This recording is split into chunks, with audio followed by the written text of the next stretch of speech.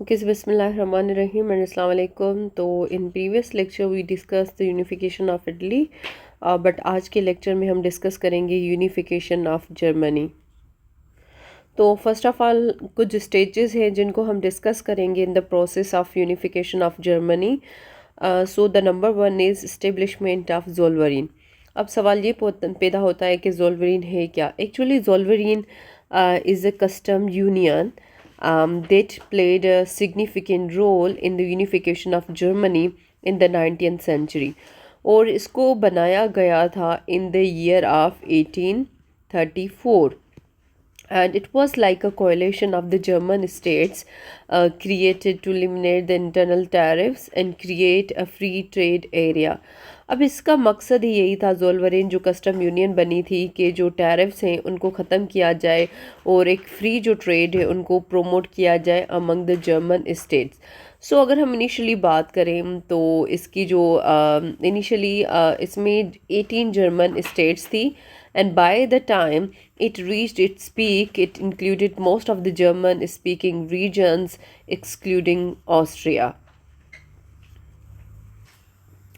Okay, so the Zollverein facilitated the economic integration, like by standardizing the custom duties, boosting trade, and creating a sense of shared economic interest among the member states. So this cooperation helped foster a spirit of unity, breaking down barriers between the individual states. Like जैसे मैंने पहले भी बताया था कि जो states थी उतनी स्कैटर्ड थी, तो उनको इंटीग्रेट करना, इन यूनिफाई करना फॉर द इकोनॉमिक पर्पस और for another purpose was mandatory for the initial process of unification of Germany. But so while not directly a political union, ये एक डायरेक्टली पॉलिटिकल यूनियन नहीं थी, लेकिन फिर भी इसने अपना रोल प्ले किया था. How? So the Zollverein laid the groundwork for the eventual political unification of Germany under the Prussian leadership. Like is it helped strengthen economic ties and cooperation between the states and making political integration more feasible. तो अब जब इतनी economic जो position थी वो इतनी strong हो गई थी, तो वो जो इकोनॉमिक पोजीशन थी which was facilitated by the Zollverein, so the economic success of the Zollverein also bolstered the Prussia's position as a leading power in the German Confederation. So इसने प्रूशिया को इतना पावर दे दिया था कि it paved the way for the later unification of Germany in the year of 1871 under a person whose name is Otto von Bismarck. फिर उसके बाद दूसरी स्टेज है king William one, that was the king of Prussia, and the rise of Otto von Bismarck. So Bismarck की पैदाइश हुई थी in the year of 1815. Actually he was a civil servant, but in 1851 he joined the diplomatic services, and from 1851 to the 1859 he was a member of German Diet, जो parliament थी, and then the chief minister. अब इसका man मकसद क्या था कि Prussia must take the lead in the matter of German unification. इसका ये था कि प्रूशिया को रोल प्ले करना है, लीडिंग रोल प्ले करना है, किसमें? In the unification of Germany. और जो ऑस्ट्रिया उसको बाहर निकालना है from the German confederation by the force if necessary. Okay, so first of all is the Danish War in the year of 1864. क्योंकि जो दो territories थी, number one is Schelvix and Holstein. So first of all it was a war with the Denmark along with the Austria.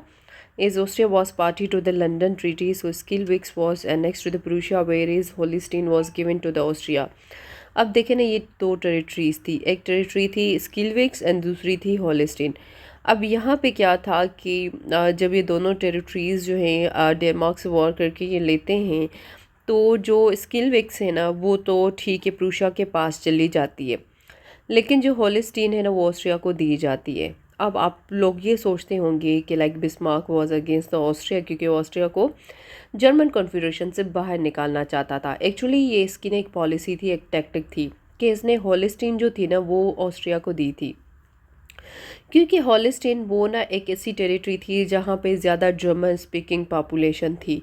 तो उसने tactfully जो है Holstein Austria को दी थी। आगे जाके वही जो होलिस्टीन होगी वो ऑस्ट्रिया से वापस ले लेगा।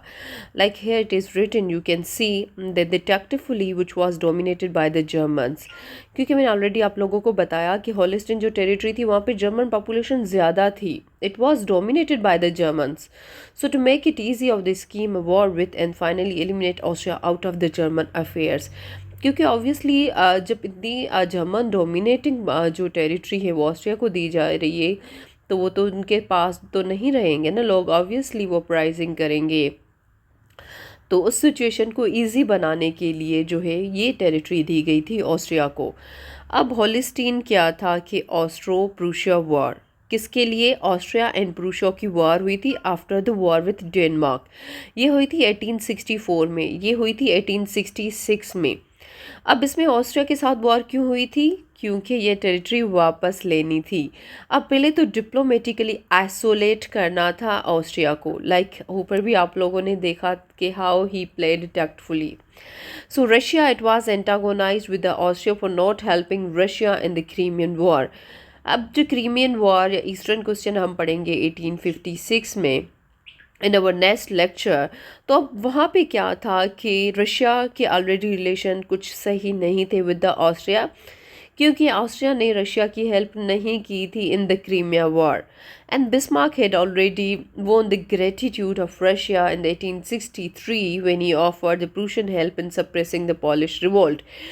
अब जो बिस्मार्क था ना ऑलरेडी जो है इसके रशिया के साथ रिलेशन अच्छे थे, क्योंकि उसने बड़ी हेल्प की थी रशिया की जो पॉलिश रिवोल्ट था उसको सप्रेस करने में। तो अब देखें यहाँ पे रशिया के जो रिलेशन है ऑस्ट्रिया के साथ ठीक नहीं है, बट बिस्मार्क के साथ थोड़े से बेहतर है। So now France. अब यहाँ पे क्या है कि to allow Napoleon to annex Belgium and Luxembourg if remain neutral in the struggle between the Prussia and Austria nothing was brought into the paper. अब यहाँ पे भी ना बिस्मार्क बड़ा डिप्लोमेटिकली खेला। कैसे? कि उसने कहा कि हम जो है ना इंटरवीन नहीं करेंगे, इंटरफेयर नहीं करेंगे, and we will allow you कि आप जो हैं बेल्जियम को भी एनेक्स करें, लुजमबर्ग को भी एनेक्स करें, अगर आप न्यूट्रल रहते हैं in our war, in our struggle जो प्रूशिया एंड ऑस्ट्रिया के दरमियान होने जा रही थी। अब देखें जो रशिया था वो तो देखिए कट गया यहाँ से। अब दूसरा फ्रांस था, फ्रांस को भी इन्होंने कहा कि आपने खामोश रहना है। अब उसके बाद था Italy. So Venetia Italy would also declare war over Austria. भाई इटली ना तो न्यूट्रल रह सकता है ना तो ऑस्ट्रिया की साइड ले सकता है। तो अब इटली का भी अपना इंटरेस्ट था। इटली का अपना इंटरेस्ट क्या था कि उसकी जो वेनेशिया टेरिटरी थी जो रह गई थी ऑस्ट्रिया के पास, इटली ने वो वापस लेनी थी। तो अब क्या होती है कि war with Austria in the year of 1866 जिसको कहा जाता है बैटल ऑफ सेडोवा। अब यहाँ पे क्या होता है कि होलिस्टीन उसको वापस मिलती है अंडर दिस ट्रीटी, एंड उसके बाद होती है France Prussia war in the year of 1870 to the year of 1871 which is known as battle of Sedan. अब यहाँ पे दो टेरिटरीज थी, एक थी एल्सिस एंड दूसरी थी लॉरेन। ये अब टेरिटरीज जो थी वापस लेनी थी। अब यहाँ पे क्या था कि एक ट्रीटी साइन होती है, ऑब्वियसली डिफीट होती है फ्रांस की, एंड ट्रीटी साइन होती है treaty of Frankfurt in the year of 1871 जिसमें जो एल्सिस एंड लॉरेन है वो मिलती है जर्मनी को, एंड जो फ्रांस है उसने पे करने होते 2 million pounds, and 1871 German empire जो है वो बन जाता है proclaimed at the Versailles, so German emperor William one. अब यहाँ पर आप लोगों को पता होगा कि जो फ्रांस है देखें उससे दो टेरिटरीज़ भी छीनी गई है। कौन सी? नंबर 1 एल्सिस एंड दूसरी कौन सी? लॉरेन। अब उसके बाद 200 जो मिलियन पाउंड से इसने वो भी पे करने हैं। और वर्साइल्स में जो है जर्मन एम्पायर का एक जो है इमर्ज हुआ है 1871 में। हम बाद में देखेंगे कि जब वर्ल्ड वॉर 1 कंक्लूड होगी तो अब यहाँ पे फ्रांस के पास मतलब फ्रांस जो है ना वो अपना बदला लेगा।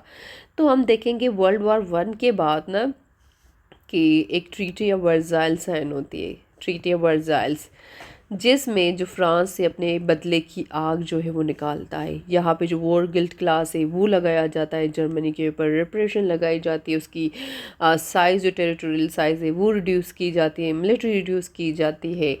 So this was all about the unification of Germany. So in our next lecture, we will be discussing the origins of First World War. तब तक के लिए अल्लाह हाफिज़ and thank you.